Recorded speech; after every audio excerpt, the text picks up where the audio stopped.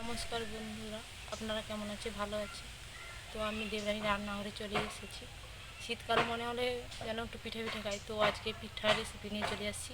আজকে হচ্ছে যে ক্ষীরের বাটি সাপটা বানাবো। তো বন্ধুরা তোমরা দেখতে থাকো। আমি তাহলে উনানটা ধরিয়ে নিচ্ছি। রান্না হচ্ছে কড়াই বস করে দিচ্ছি।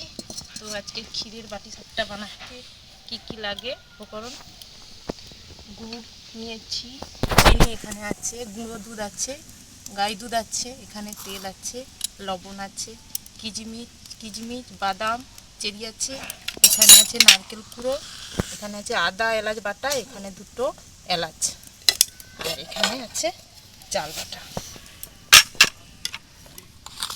তো চাল বাটাটাকে আমি একটু মাখিয়ে নিচ্ছি লবণ দিয়ে।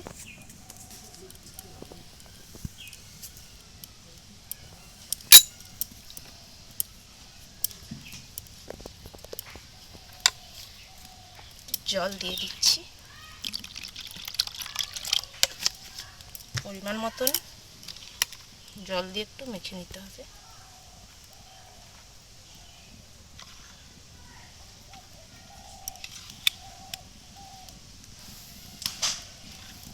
এপাশে কড়াতে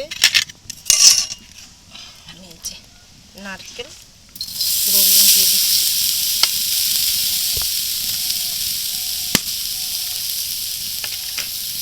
নারকেল পুরো সত্যি এই যে চিনি 1 কাপ দিয়ে দিলাম।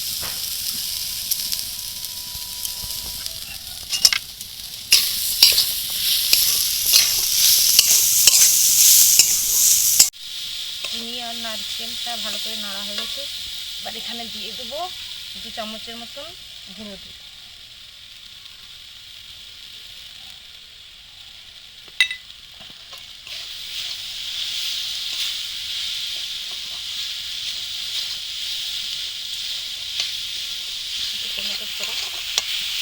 ভালো করে গুঁড়ো দুধ দিয়ে নাড়াচাড়া হয়ে গেছে। এবার দিয়ে দেবো এলাচ আর আদা বাটা। একটু ভালো করে নাড়াচাড়া করে নেব। নারকেলের পুরা মাড়া হয়ে গেছে, এবার নামিয়ে নেব। নামানো হয়ে গেছে, মাখিয়ে নিতে হবে। কড়াই খেতে গেছে, কড়াইতে তেল দিয়ে দিচ্ছি। ভালো করে একটু নাড়িয়ে নিচ্ছি। তো এবার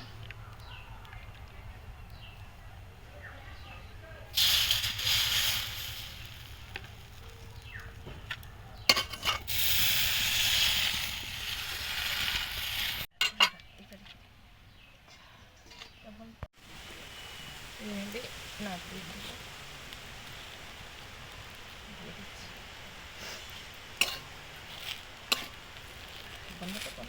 এইভাবে কিনে নিয়েছি।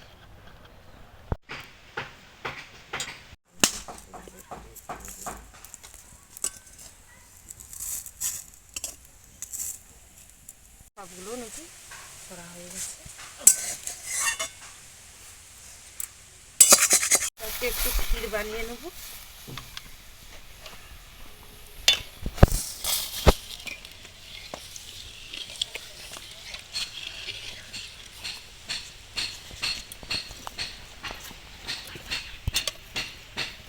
তো দুধটা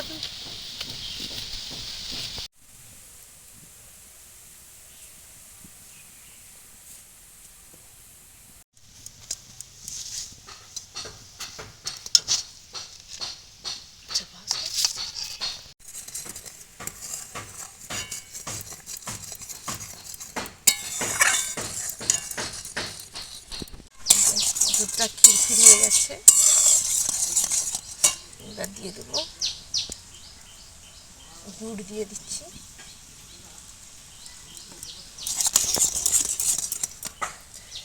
আর দুটো এলাচ দিয়ে দিই।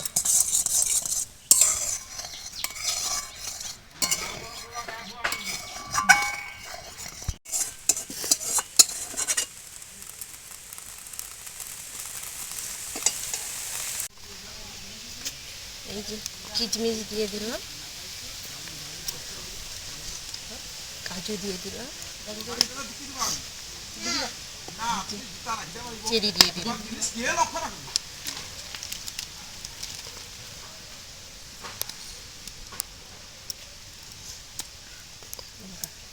পৌষ সংক্রান্তি স্পেশাল পিঠে ক্ষীরের বাটিসাপটা বন্ধুরা আপনারা বানিয়ে বাড়িতে খাবেন, দেখবেন খুব ভালো লাগবে।